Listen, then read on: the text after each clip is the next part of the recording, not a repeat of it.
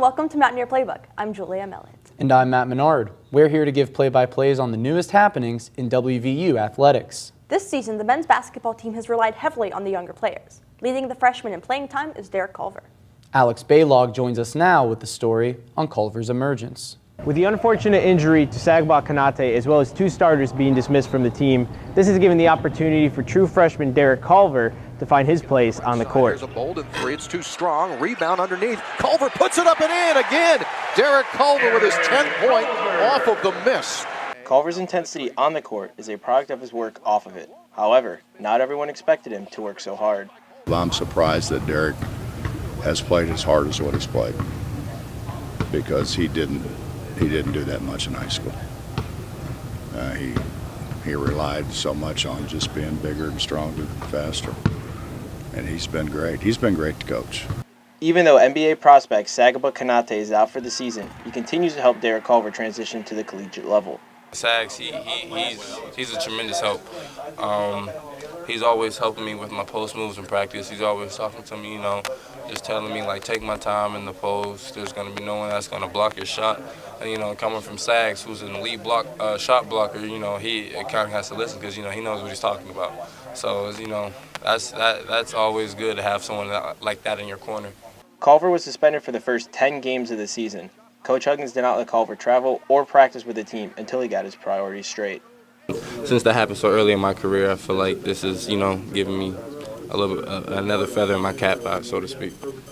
With Culver starting to live up to the hype, Mountaineer fans are excited to see what comes in the years ahead. For Mountaineer Playbook, I'm Alex Baylog. Sports are best when everyone is involved, and the WVU women's basketball team is leading the way in bringing people together. Michael Rinker shows us how they combine athletics and inclusivity. Before taking the court against Oklahoma in late February, the women's basketball team had already started their fight against a much greater opponent, inequality. Before tip-off, the team hosted the second annual I Belong event, which celebrates diversity and inclusion here at WVU. Director of Basketball Operations, Patrick Biondo, reflects on creating a new image of what it means to be a Mountaineer. When we start recruiting, people think that have a preconceived notion of what West Virginia is all about. So why not kill those stereotypes and really educate the community and the people that come to our games at how diverse and culturally different we are at West Virginia, and we're not just what people think we are. When Biondo presented the idea to Robert Lyons, the Director of Innovative Inclusion and Outreach for WVU, Lyons knew the event would provide an opportunity to shed light on different causes. There are tables set up all around here with people, representing different groups, different interests, different backgrounds. And for some folks, they may never have had an opportunity to talk to somebody from that particular group or background before. The second annual I Belong event consisted of numerous groups, each promoting their own cause. Each stand reminds us that a Mountaineer can come in many different shapes and sizes. However, when it comes to spreading diversity and inclusion throughout Morgantown and on campus, turning words into practice becomes the mission. By having these different groups, student organizations, statewide coalitions, community groups come in and explain what they are, it just kind of backs up what we are as a program and as a university. Though the ladies lost their game against Oklahoma in a hard-fought test, the day was a win for the city of Morgantown. For Mountaineer Playbook, I'm Michael Rinker. New head football coach Neil Brown continues to make additions to his staff. WVU's new commander-in-chief introduced his entire staff at a press conference. Of note, the coaching staff includes Vic Koenig as defensive coordinator and Matt Moore and Chad Scott as co-offensive coordinators. Moore will oversee the offensive line, and Scott will be in charge of running backs. Overall, this coaching staff, coupled with Brown's experience, appears to be a solid start to the beginning of a new era. 6 out of the 10 guys, we've worked together for at least 4 years. Big 12 experience, 5 out of the 10 have previous experience in this league. Power 5 experience, 9 out of the 10 have been a part of staffs. Have you ever wanted to visit Bryant-Denny Stadium but really didn't have an excuse? Well, now you do. The athletic department made a historic announcement last week. The Mountaineers have a home-and-home series on the schedule with the Alabama Crimson Tide. They'll play in Morgantown in 2026, and WVU travels to Tuscaloosa in 2027. WVU has never played in Tuscaloosa, and the two teams have played only once before. Alabama won by only 10 points in 2014. The university has a new mascot after a lengthy selection process. Thanks to the rule that says a Mountaineer can only serve for 1 year, a new Mountaineer is in place. WVU has found its next man behind the musket. 4 finalists competed for the mascot position over the last few weeks. During the men's basketball game versus TCU, sophomore Timothy Eads was announced as the next Mountaineer, and excitement would be an understatement. I'm on cloud nine right now, man. This is something I've dreamed of for a long time. Just to have the opportunity to serve my state and university, it's an unreal feeling. Eads takes over for current mascot Trevor Keese.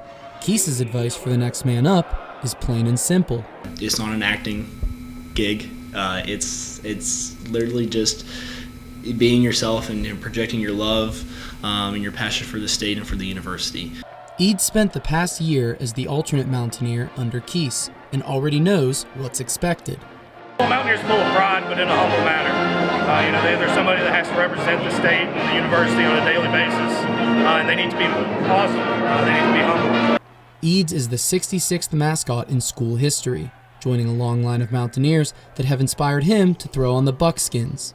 Throughout the years, I've watched how different Mountaineers interacted with the crowd, really got the people going, and I've had the chance to meet quite a few of them and kind of learn from them. So just to be, I guess, in the same category as them, it's life-changing. Eads officially takes over as the new Mountaineer at the passing of the rifle ceremony in April. Don't leave just yet. We still have much to discuss on this week's Mountaineer Playbook. Still to come, the women's soccer team held a tournament for a good cause. We'll tell you why it was bigger than soccer. I'm Erin Slinney, and coming up next on Mountaineer Playbook, I'll tell you how international student athletes are taking advantage of the opportunity to play in America. I'm Abby Backenstow, and coming up next on Mountaineer Playbook, I'll tell you why an MLB draft pick came to West Virginia. We conquer mountains, but that's not why they call us Mountaineers. It's because we don't let anything stand in our way. We build what's never been built, seek cures for the incurable, and go first into undiscovered frontiers. We are Mountaineers, and impossible is just another mountain to climb.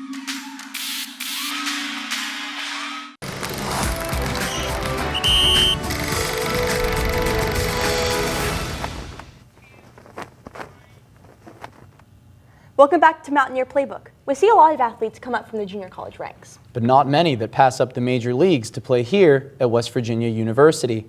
Abby Backenstow found a Mountaineer who did just that. Paul McIntosh, a Miami native, starts his sophomore season here at WVU. He played one season at Montclair State when the Los Angeles Angels drafted him in the 2018 MLB draft. Paul decided he wanted to play for a Power 5 program after assistant coach Steve Sabins sold West Virginia. He kind of gave me the pitch about coming here and playing Division I baseball at a high level, and all I had to do was see this place to know that I was home and this is a place where I wanted to play. During his one season at Montclair State, head coach Randy Mazie saw something in Paul he wanted to bring to West Virginia. Monster power. He's got monster power.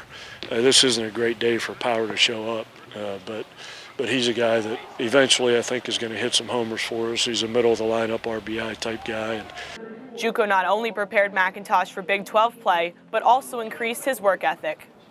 It was just making sure that I worked hard every day, because not everybody works the way that you're supposed to work to be successful, and it was just my thing, just to outwork everybody that I come across or just be that guy. McIntosh played in 55 junior college games, predominantly behind the plate. He'll be the backup catcher for the Mountaineers and get some time at the plate as designated hitter.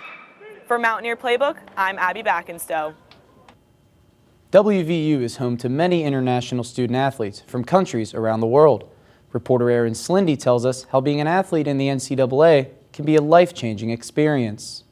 Thousands of athletes come to the United States every year to compete in the National Collegiate Athletic Association, the NCAA. It's a different continent, it's a completely different culture, it's a completely new thing, so why not just go there and make new experiences, new friends and stuff. The NCAA allows athletes to not only compete at the highest level, but to also get a first-class education. WVU volleyball player Natanya Levak is one of those student athletes. In Europe, it's hard to balance college and volleyball at the same time, and in America, that's a perfect opportunity to do both. There are 54 international student athletes at WVU from 24 different countries around the world. Although coming to America may be a dream for some, the language barrier can be hard to bear. Most international student athletes know English before coming to America because they're required to take the SAT in English, but there are some that come to America knowing little to none.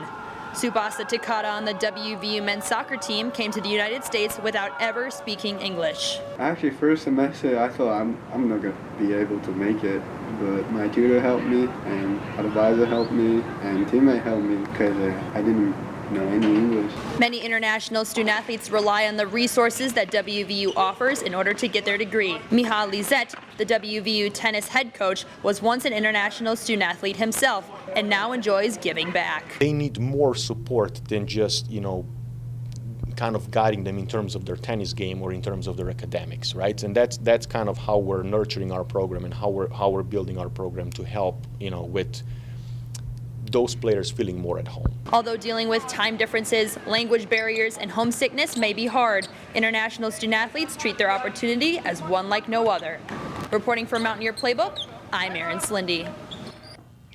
Mountaineer track and field is gearing up for the NCAA Indoor Championships. They are, but one pole vaulter has already set herself apart from the rest. James Berkman caught up with WVU standout Madeline Gardner. Madeline Gardner is a redshirt senior from Williamsburg, West Virginia.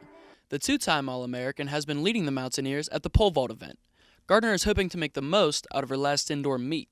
This indoor, it's my last shot to put my school record up there as high as I can, to place hopefully at indoor nationals, and to just really live in the moment. Gardner has been collecting accolades for as long as she's been a Mountaineer. She was recently named WVU's Student Athlete of the Week, as well as Big 12 Women's Athlete of the Week. But perhaps even better than that, Gardner broke her own personal vault record, which was already tops in WVU history. It means a lot. It's kind of recognition for all the hard work that I've put in, and it just solidifies how hard that I've worked, and it's nice to know that I've set the bar for someone else to come up and break it.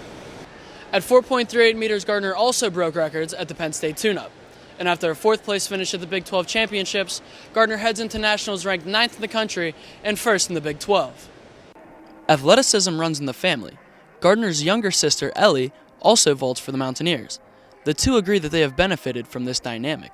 I like to have Madeline to push me, and I always like to try to reach and beat her at all the meets, and I'd like to think that she wouldn't want me to beat her, so I push her a little bit as well too.